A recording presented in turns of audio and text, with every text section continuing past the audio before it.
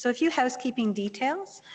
So that we can hear and see the speaker during the presentation, I ask that every site and anyone joining in through Zoom on their personal computer or smartphone, keep your microphone on mute during the presentation, please. For those who want to ask a question from the St. Mike's audience, please approach the microphones that are on either side of the auditorium before asking your question, and we will also repeat the questions as well for you.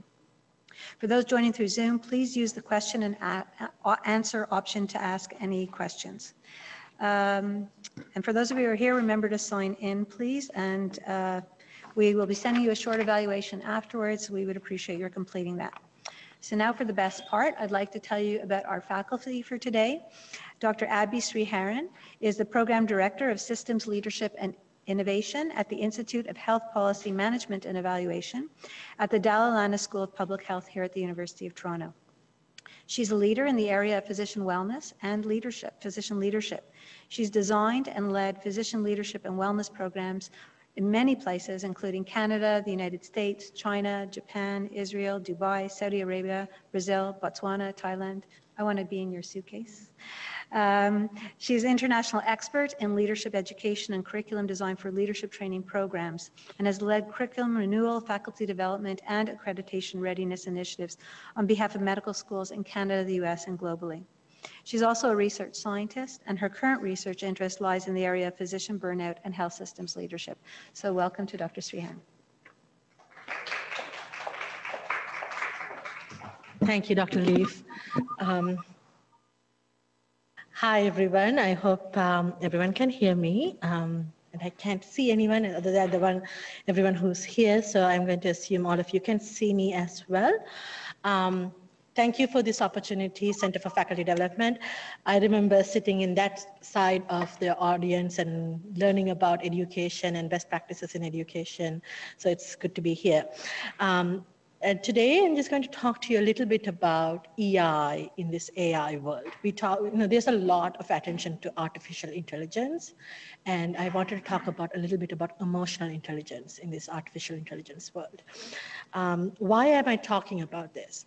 I did my doctoral research in Oxford several years ago, and I was asked to study global partnerships and the leadership around global partnerships.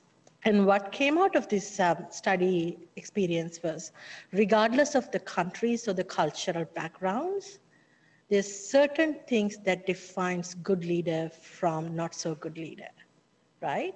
And what is that certain thing is that emotional intelligence piece. So I got really interested in the EI based on some of that work.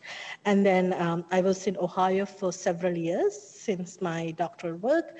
And one of the things that I went to Ohio for other reasons, but I got to work with Richard Bartzis and his team of people at the Case Western Reserve University, at the head school. That's where OD research is happening, and Richard Bartzis and Daniel Goleman are the fathers of EI. Daniel Goleman coined the word EI. Richard Bartzis has been studying this field for a long time.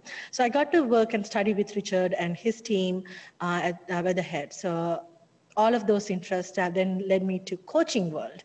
So I have been doing physician coaching a lot in the last several years. And again, EI as a core skill that emerged in these kind of experiences. So I'm going to share some of the observations, some of the key themes that came up in these last few years of my journey, and open up for some discussions. That's the plan. I believe I have to click the mouse. And key disclaimer, I will be sharing some apps and information towards the end of my presentation. I'm just sharing that for information purpose only. I do not hold any kind of vested interest in any of those apps or programs, and I have not tested any of them. So I'm not making any recommendations about any of those things. It's just to share some examples. What I will be covering today is around how emotions and leadership work and how emotions in leadership can influence change leadership and also leadership wellness. So those are some of the things that I will touch on during the session today. Emotions are everywhere. I mean, I have Dr. Leaf in front of me, a psychiatrist. She could talk about emotions better than I do, but what we eat, what we do, what we wear, how we feel, all of the emotions are everything, who we connect with, right? Emotions are everywhere. But when it comes to leadership, we often forget about the emotions piece and we mostly focus on getting things done, take the results orientation, the outcome of the leader. I'm just wondering whether I could, okay. So we are going to kind of today move from the outcomes and focus on the emotions piece. And I also want to differentiate between emotions and feelings. We all have a lot of emotions. And emotions and feelings are not the same, right? Feelings are the emotions that we could feel, like we could subconsciously recognize. But we might have other emotions behind that. So just an example, last week I was in Ohio and I was in a line. I bought all these like stuff, Christmas stuff for my kids. And I went to the cashier and I was getting ready to check out. And the cashier said, oh, you need to have this app on your phone and you need to scan this app and then only you could get all the discounts that are for this Christmas stuff. And I didn't have the app. So I said, okay, show me how to do it. And he was helping me.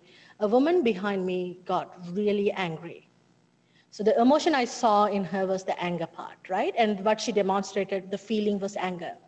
But I'm sure there were tons of other emotions that went behind her mind.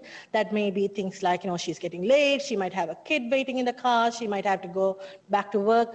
All of the other fear, anxiety, all of those things that I don't see. I only saw the anger. And she started to get really mad and she started to yell at me and I was like, oh my God. And I was like ready to walk out and then I was like, no, I'm going to lose all these things. I wasted 2 hours of my time going through the shop, getting all these gifts.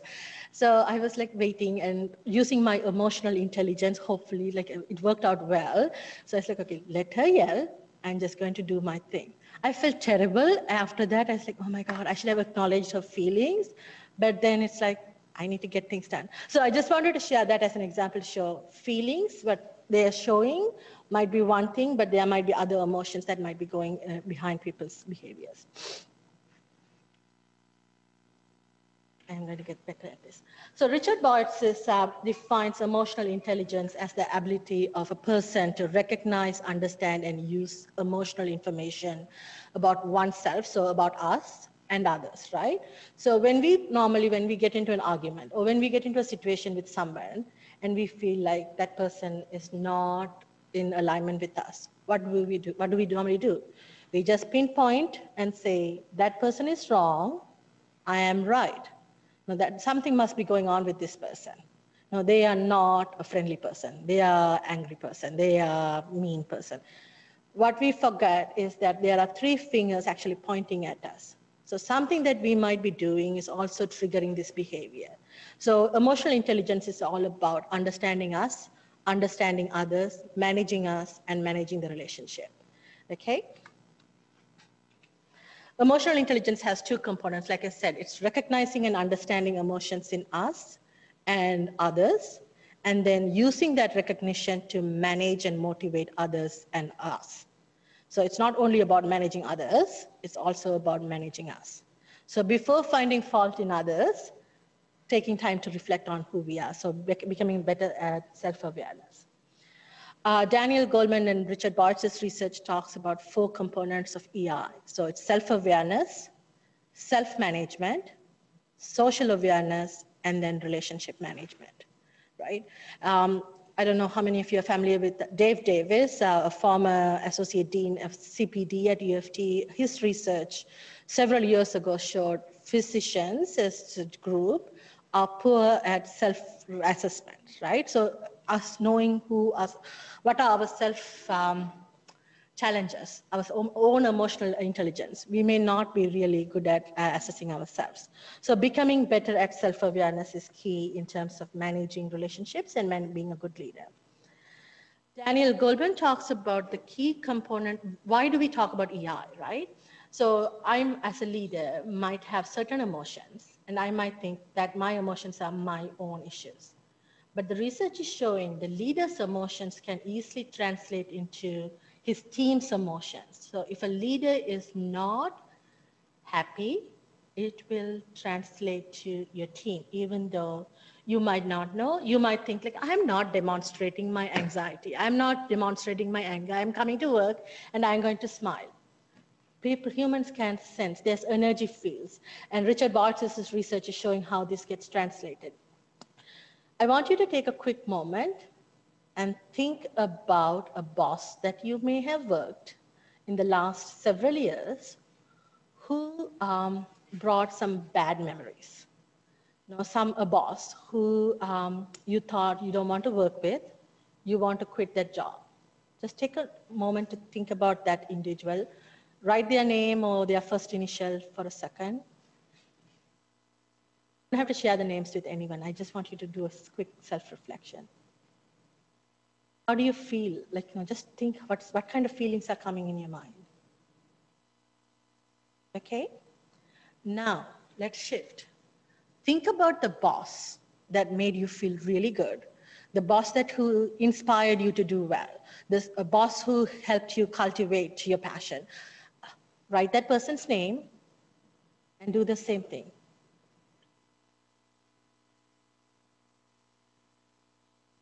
Seeing any shifts in terms of how you felt, what your feelings were? Okay. So a couple of concepts I want to kind of touch into, go into is during the session. The first one is leadership approach, right? As individuals, we have heard this thing. How many of you are familiar with MBTIs, the color codes, all of those things, right? So some of you. It goes back to 1920s with William Marston's work. He studied emotions of normal people, and he talks about individuals as task-oriented or people-oriented. So kind of a dichotomy. You could be a task-oriented leader who gets things done, or you could be the leader who gets people inspired and motivated and supporting people. Then comes Bales's work on personality and interpersonal behaviors, and he says a good leader should have two characteristics. One is being an instrumental leader, so getting things done, and the expressive leader who is about supporting and encouraging and influencing others. That's in the 1950s. So, and there were tons of other researchers who continued to study the personalities and the styles. And then in 1990s, Matthew Lieberman, a professor at UCSF, a neuroscientist at UCSF, wrote a book called Social. He talks about our social brain versus the business brain. And his research is showing people value relationships more. And some of his research focuses on either getting rewards, so someone giving you a gift versus you giving the gift to someone. And his research, when you give something back to someone, you feel better versus you getting something. Right? So the rewards and all of those things. So social relationships are key for good leaders. So that's kind of Matthew Lieberman's work. And then building on that, Tony Jack and Richard Bartzis and Case Western have used fMRI scans to study leadership and how our neural networks work. And they have put people under fMRI scans and gave them analytical tasks and social tasks. And they have seen from their studies, a paper published in Frontiers of Psychology in 2014 shows there are different regions of brain that gets activated based on the task, the assignment that you are doing. So if you're a leader focused on task, your task positive network gets activated. Right? And then if you are a leader who focuses on emotional activities, your default mode network gets activated.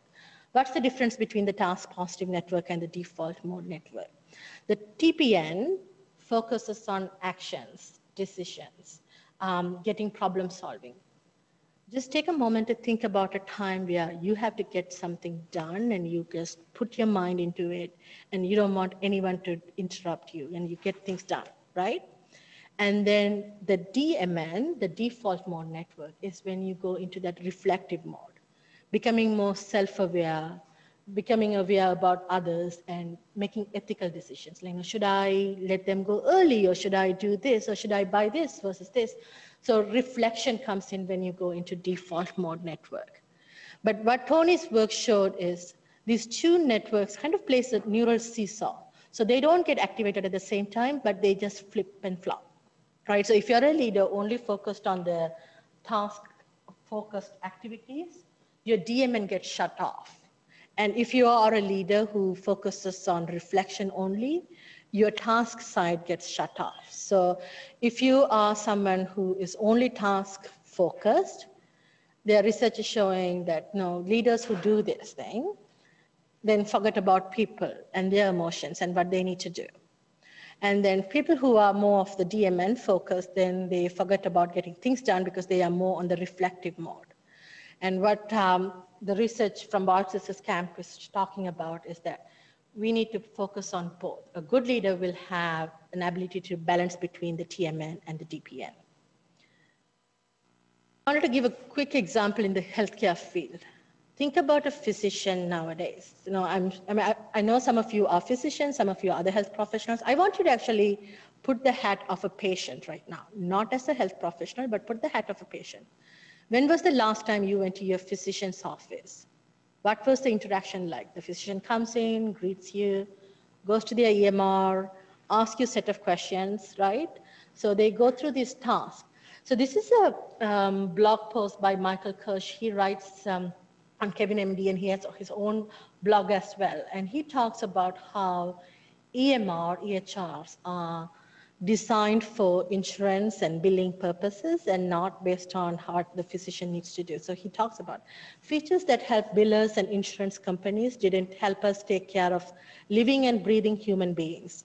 It made us focus on silly documentation requirements in order to be fully reimbursed. And it offered very clumsy mechanisms to record a patient's history, the story of your symptoms, which is our most valuable piece of medical data. You simply can't click your way through a patient's narrative. It cannot replicate the experience of pen and paper when physicians could use eye contact, facial expression, and nodding of the head during office visits. How many of you had that experience where your doctor is not talking to you? The system that we have created as a health systems researchers and health systems decision makers and leaders and policymakers is we created a system where we have moved a physician from this empathetic person to a task-oriented person, right? So what we have done is we have forced them to shut their DMN, the default mode network, the reflection sites, to more focus on the TPN, the task positive networks.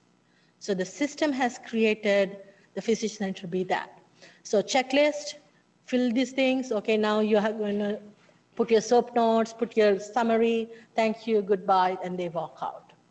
See how the relationships suffer and how the physicians, we are training the medical students and the physicians to be more empathetic, but we are creating a system where they have to use their TPN versus the DMN. Okay, so that's one area I want to talk about.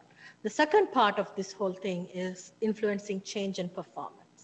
So the neuroscience research is also talking about how the different emotional attractors influence our decisions and how our neural networks differ. So the positive emotional attractors are these things, the positive things, right? When you get positive feedbacks and positive things, your parasympathetic nervous system gets activated. It activates when you're in a positive emotional mode, it activates your default neural networks, right? So default mode. It releases oxytocin and vasopressin. It feels social bonding. You feel good about it.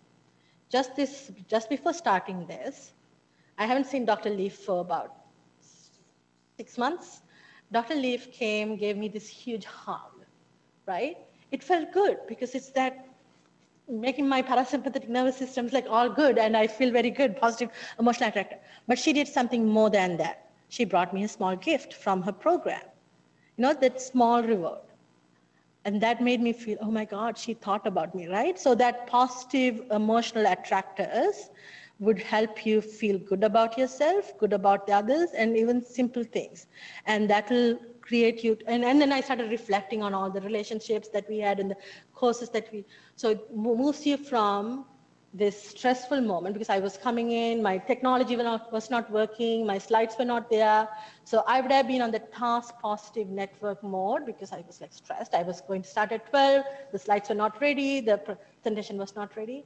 But what Susan did, I don't know whether she planned it or not, made me not worry about it because I was in this happy mode. right? So that's an example of how the PEA NEA theory works. I want you to kind of do a quick reflection again. When was the last time someone gave you good feedback for a job well done? In the last 7 days? Anyone got a good feedback for a job well done in the last 7 days? I believe got one. Anyone in the last 2 weeks? Some of you. Last month or so? Most of you. Okay. See, just think about that moment. How did you feel about it? And think about the time you gave a feedback, positive feedback to someone for a job well done. When was the last time you did? You don't have to share it, but just think about it. And then think about our current medical education system and the competency-based medical education, right? So we are training residents and medical students to follow through a competency framework. And we are using coaching, but what are we doing? We are coaching them for compliance. We want them to meet goal 1, goal 2, goal 3, and so as a resident or trainee, they are feeling like, I'm not good enough yet. I'm not good enough that I had to get this thing, right? So it's coaching for compliance and the competency-based model. So what are we doing? What are we activating more?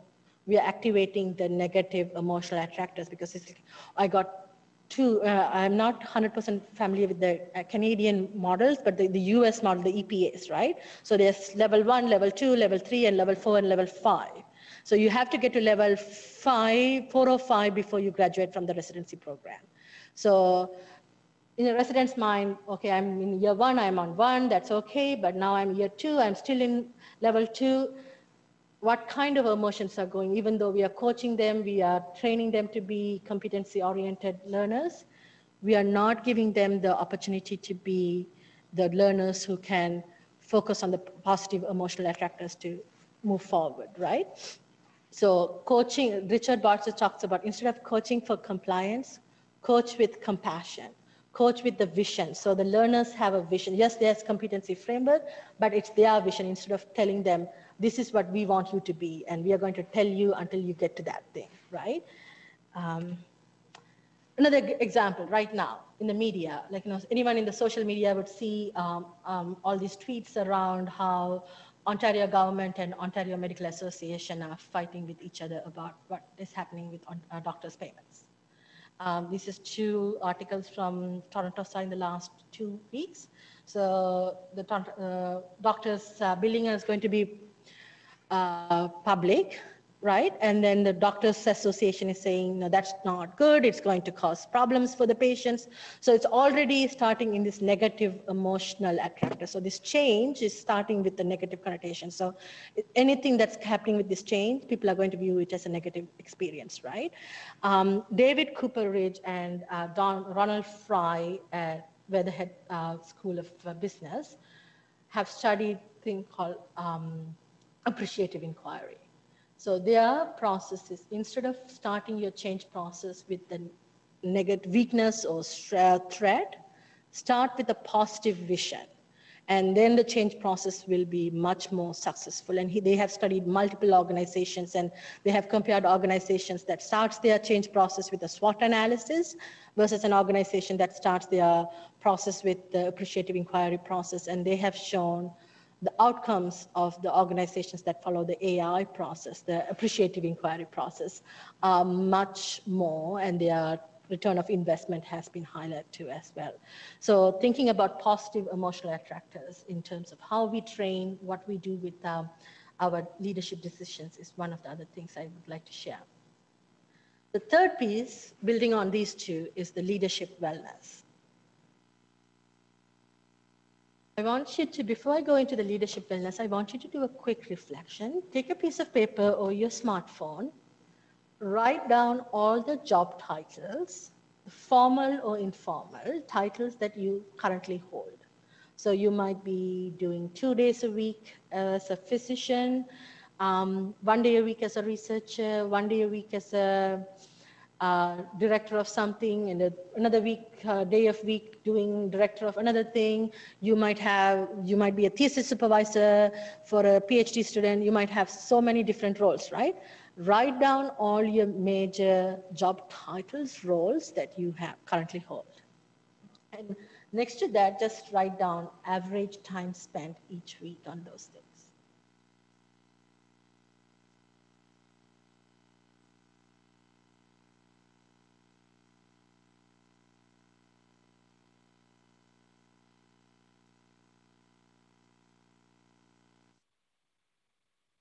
How many of you have more than 5 roles or titles, informal or formal? I see a couple of hands. How many of you have about 4, 3 or 4? 2 of you? And just 1? Those of you who only have 1, congratulations, because you know how to manage your life well. It's a phenomena, right? Like you would see people, like, next time when you get an email from someone, just watch the job titles that they would have. They might be a professor, they might be the director of this center, and the associate dean for this, and they might be chair of that, and all of those things. And then think about how they are managing their time and their energy. It's not about managing time, it's their energy, right? What happens to these leaders is what Richard Bartz and his team talks about, sacrifice syndrome. People go into sacrifice syndrome because they really enjoy doing what they do.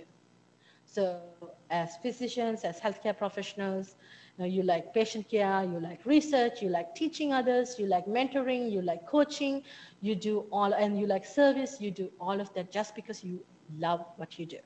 It's not because you were forced to do anything, right? No one told you you have to have 5 different roles. No one told you. But what happens is then you have high workload, and then what happens? You want to be everything to everyone. It's really hard to say no. You might have a thesis committee meeting coming up. You might have an ethics approval to be done. You might have to deliver a major keynote at some place, and you might have to do everything. And because of your personality and your role, you want to do everything perfect. Is not getting enough time. Right? Your own self. Because you are giving for everyone, and you're not focusing on your own energy. And then what happens? What happens when you get into that? The sacrifice syndrome is good until to a point. It's kind of a bell curve, right? So you go, and you actually sacrifice syndrome could cause power stress. And some people, and I'm sure, I'm not going to ask you to show of hands, but some of you would thrive when you are under stress and when you're doing a lot, when you have deadlines. So the power stress is good. But what happens when the power stress gets a little out of hand is then that's when the dissonant leadership happens. So you are focused on getting things done. So you want to get things done for your presentation. You want to get things done for your grant application. You want to finish all your gradings. You want to do all of that. You are losing time for yourself, and you are losing time for the people.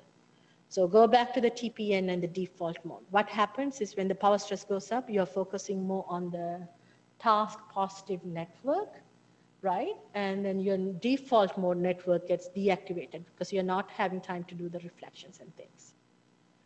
What happens when you are in that stress, high focused mode, and then someone comes and says, can I just drop by your office to talk about an issue?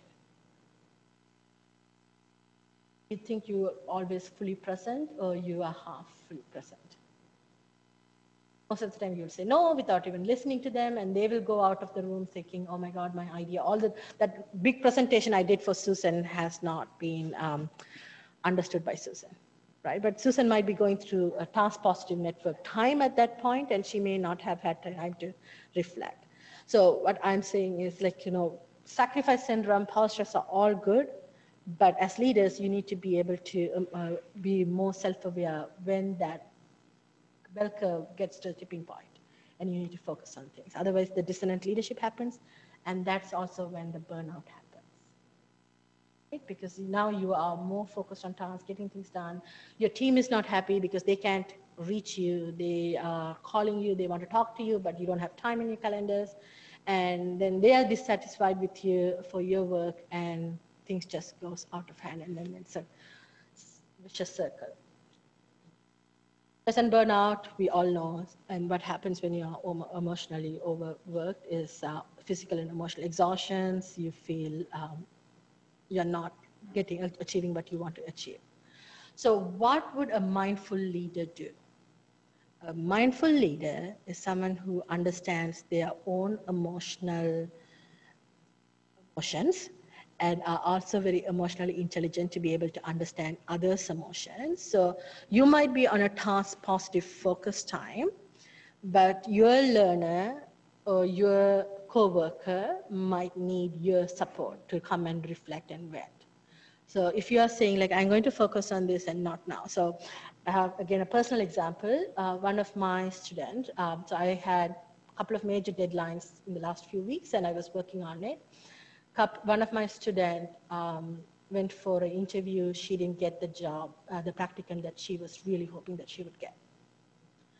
So she emailed me and she's like, I'm just worried, I want to do this. And my task positive network mode was, okay, I'm going to introduce you to so-and-so, go and talk to that person and you'll be okay. And I said, okay, I solved her problem, I'm going to focus on my work.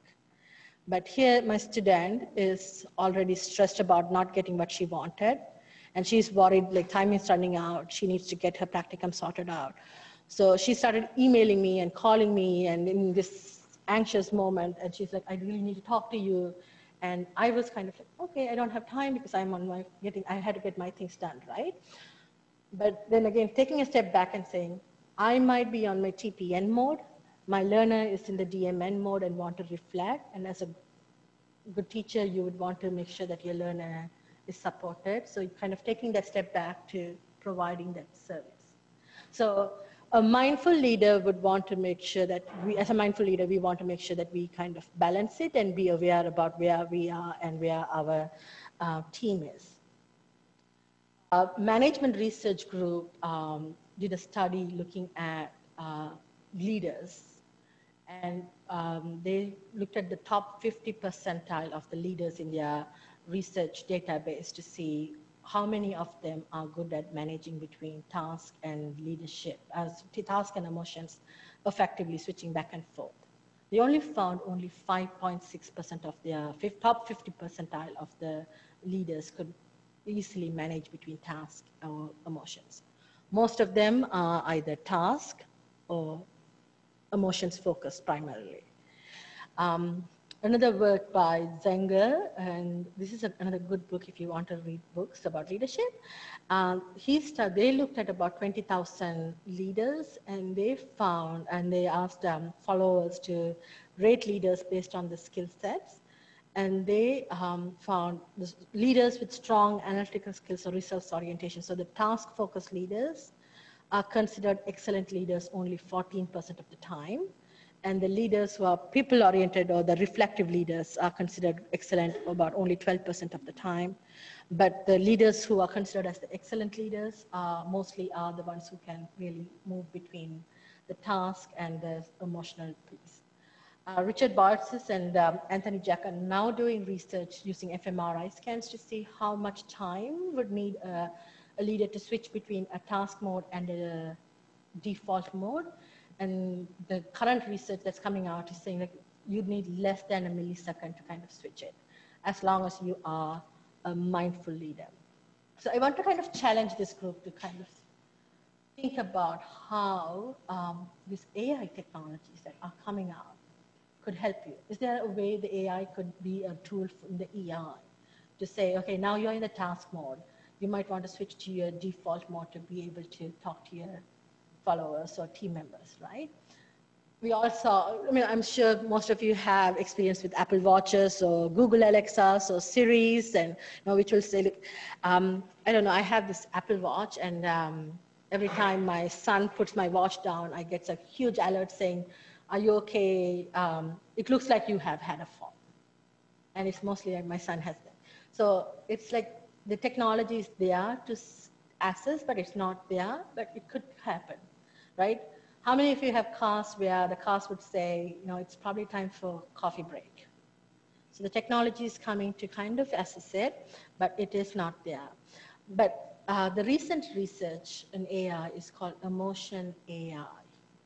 The emotion AI is a subset of AI research that measures and understands how human emotions are working.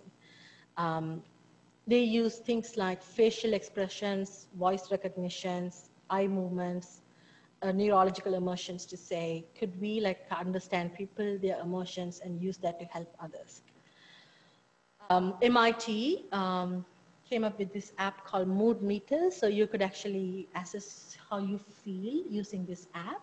And it's Yale. So this one is MIT researchers started working with Yale to do this. And you could actually use your app to help you with your emotional intelligence. Dalai Lama's foundation has this app called Mitra. Again, it's to assess your own emotions and your mindfulness. All of these are very self-reflective apps, right? To help you enter some data, and then the app will predict how you feel. US Department of Defense recently undertook a research study using an app called Companion MX. And it is to look at the mental health of Navy sailors and see how they are fit to sail. So they do risk assessments around suicidal thoughts. And then there's another app called Emotional Intelligence and Customer Service. So major organizations actually now using this in their customer service field. So when you call your customer service department and you're talking to the customer service rep on the other side, this app could use your voice to recognize what kind of emotions you're feeling, whether you're feeling angry, you're feeling anxious, and it could tell the customer service rep whether they need to use certain terms or certain tones of voice to talk to you so that the conversation does not escalate into an argument or a challenging interaction. So there are apps coming as well to do these things. So this technology, there's a potential for this technology to aid in leadership as well as we move forward. However, there is also some interesting research coming out. This is a recent paper, this is meta-analysis of studies that looked at emotions and how facial movements could predict emotions, Lisa Feldman-Barrett. And her work is showing we can't really predict emotions based on facial expressions. Why? Because there are cultural differences, there are gender differences, there are other differences too, right? Socioeconomic factors, you know, how you were trained. So the expression, and then there people have certain facial features that may not lend itself to predicting emotions. So the predictability of AI may not be 100% accurate because of these variations. So until we get to a point where we could produce large set of data that could feed into AI technologies to accurately predict emotions, these tools could be supplemental tools, but it's not going to replace human emotions. Therefore, as educators, we need to kind of focus on training humans to be better at emotional intelligence, right? Better at understanding others, understanding ourselves, being able to reflect and see where we need to intervene, manage, and things. So that's it. I'm just going to wrap that talk with that. That's my contact information in my Twitter handle. So if you have any questions after the session, you could always email me or tweet me, but I will open up for Q&A now. I have Dr. Leaf here. Yeah, I'm supposed to facilitate the Okay, Q&A, so perfect. don't go anywhere. Yes. So maybe we'll start with some of our remote sites first. Bridgepoint, any comments or questions for Dr. Sriharan? Oh, okay. All right, so any local questions or comments for Dr. Sriharan here at St. Michael's?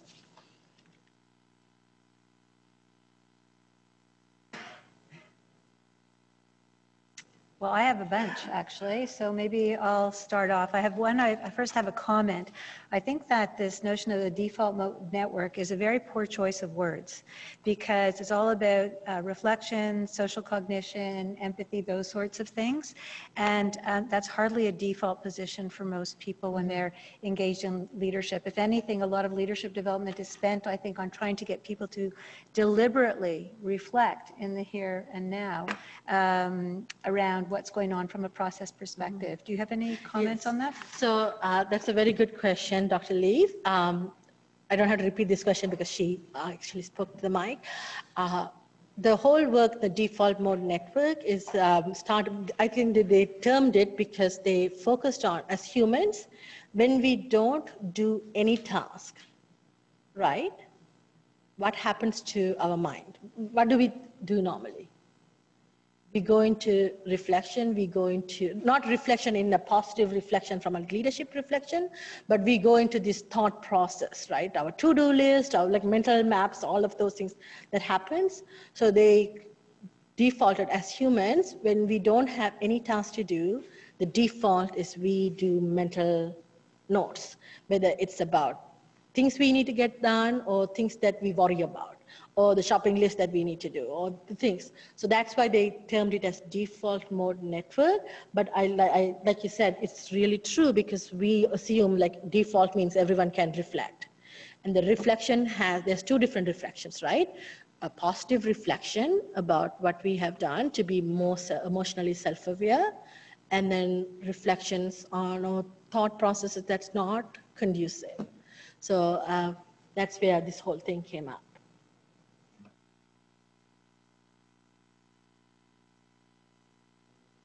Other questions or comments for Dr. Sriharan? I've got a list a mile long, but I think I don't hear or that people are writing in. We encourage you to do so. We'd love to hear from you at the other sites.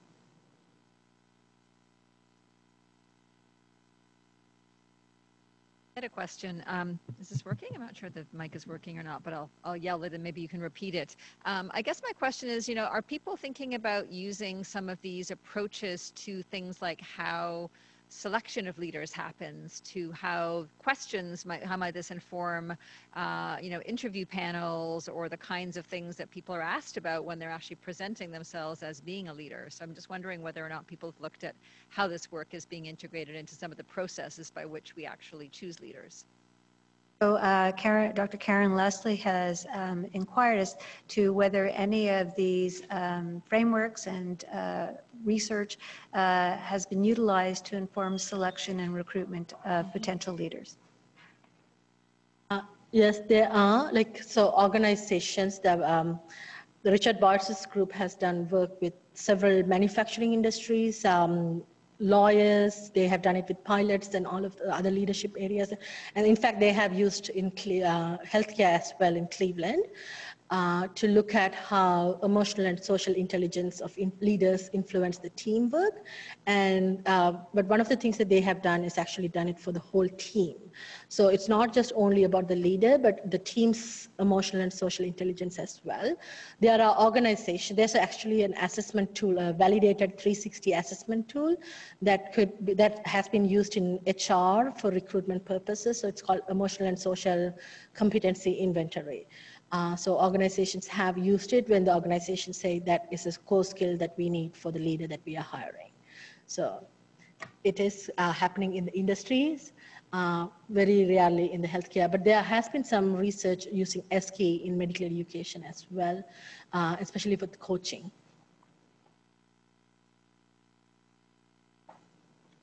Other questions or comments from our sites? What about, okay, and here at St. Michael's?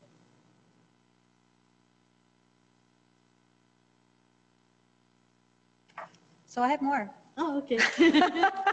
Since we still have some time, I find it very interesting that you spoke about how the electronic health record could potentially be contributing to reducing our presence, our ability to be authentically present with patients. I realize I'm paraphrasing you. One of the things that I've noticed some of my colleagues commenting about was which I think speaks to the burnout issue a little bit, is that the demands for documentation are actually adding hours to their workday. And I'm wondering whether you have any thoughts about that. Yeah. There's actually some research coming out from US that showed for average 8 hours of patient care time, physicians spend 6 hours of documentation. So if you are a physician who is working 40 hours a week, add 6 times 5, about 30 hours for documentation. So essentially your work week is about 80 hours, right? The 30 hours, the extra 30 hours, that's not billable hours.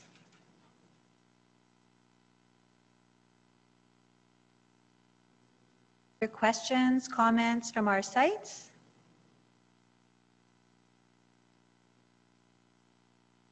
And here at St. Michael's, are you coming down with a question, Samina? Okay. Well, then I'll make a comment while we're waiting for the question. The comment is that I think that the work that you're presenting on extraordinary leaders resonates really well with Howard Gardner's work. He studied extraordinary leaders, and he found that extraordinary leaders were more likely to make mistakes because they took more risks, so they're more sort of action-oriented and got things done. But what would distinguish them from sort of not as extraordinary leaders was the fact that they learned from those mistakes. So they took the time to reflect and bring that piece into it. So the notion of balancing sort of the action-oriented with the reflection, I think actually aligns very well with what you were speaking about. Any comments on that? No. No, the thing is like the personalities, the balancing the task and the people, the research has been there for what, 50, 60 years now. There's a camp of individuals, leaders, who basically say those researchers are like fluffy stuff. We don't really believe in it. And then there are a group of people who believe in it. But I think the neuroscience-based research with the fMRI and what Bart's and Jack's are showing, it's going to give more validity to the work that everyone before them have come up with this work. That's not working. So a participant at Providence is asking what your recommendations would be if your boss is more task-oriented than the people? So the question from Providence is, what are your recommendations if your boss is more task-oriented than people-oriented? That's a good question. That's $1 million question, right? I think helping your boss to understand is the key thing. There are a number of different strategies that you could do influence your boss. Maybe just give him or her a Christmas gift of EI book that he or she can read and get a little bit of more understanding. I'm actually doing coaching for a bank in Washington, and it's the same kind of situation. The boss is more task-oriented, the team is people-oriented, and so his leadership team is more people-oriented, he is more task-oriented, there's a lot of conflict. But the nice thing is the boss is the one who said, there's a lot of conflict, we are not producing things the way we need to produce, and therefore our performance is lacking, we need to do something about it. So we are using EI coaching for them, and it's just shifts. So when your boss becomes aware about performance issues and he or she understands that they need to make a change, and they may not understand it may be because of them, but if they see there's an issue in the team, they may start to pay attention and intervene. There's a question in the audience.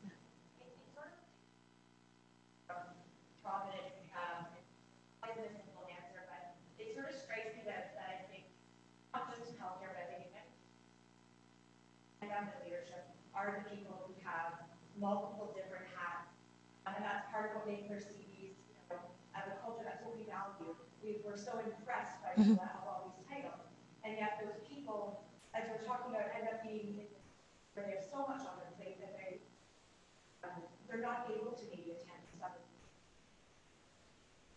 make a shift as a culture? And kind of care either to recruit our leaders or to, so that there's a little bit of a shift so that the leaders actually. No, you brought up, sorry, there was a question about how the recruitment of leaders and influencing leaders to, I'm trying to paraphrase what you said, the titles. So we have a culture right now where multiple titles, multiple roles are valued and celebrated. And how do we change the culture where people focus more on the emotional piece as opposed to just only getting things done? Is that? Yeah, or I guess how do we maybe recruit leadership who don't have 20 tasks, so they actually have space to those tasks and emotional intelligence supporting their team. Right, so how? Yeah, so how do we create a culture where we recruit people for just one or specific task as opposed to having multiple tasks? So it's an organizational systems issue, right? We might hire someone for one specific task, but the system itself requires everyone to have multiple titles, multiple roles in order for it to move forward.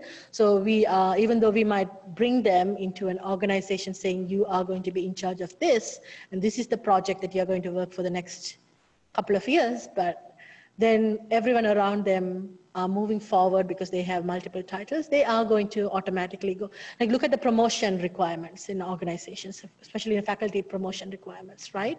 You have to publish, you have to teach, you have to do this, this, this, this. So it's a culture that needs to change. And so only one individual, and then individually they may say, you know what, I'm happy with who I am and what I'm doing, I don't want more. And it's very rare to find that. For individuals to be, and I think there's a lot of research from the psychology world that shows human needs. We are motivated by power, structure, affiliation, all of those things. So if I don't have multiple roles, I'm going to be an outcasted in this culture, so therefore I have to have this thing, right? So it's a kind of a vicious circle because we created a culture that's not supporting the TPN, DMN thing, but we are also expecting everyone to focus on a reflective leader.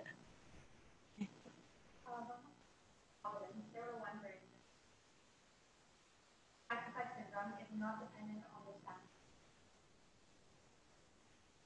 Yeah. Is not dependent on the staff. Chance of life? Stage of life? Yeah. So is the sacrifice syndrome depends on the stage of life? No.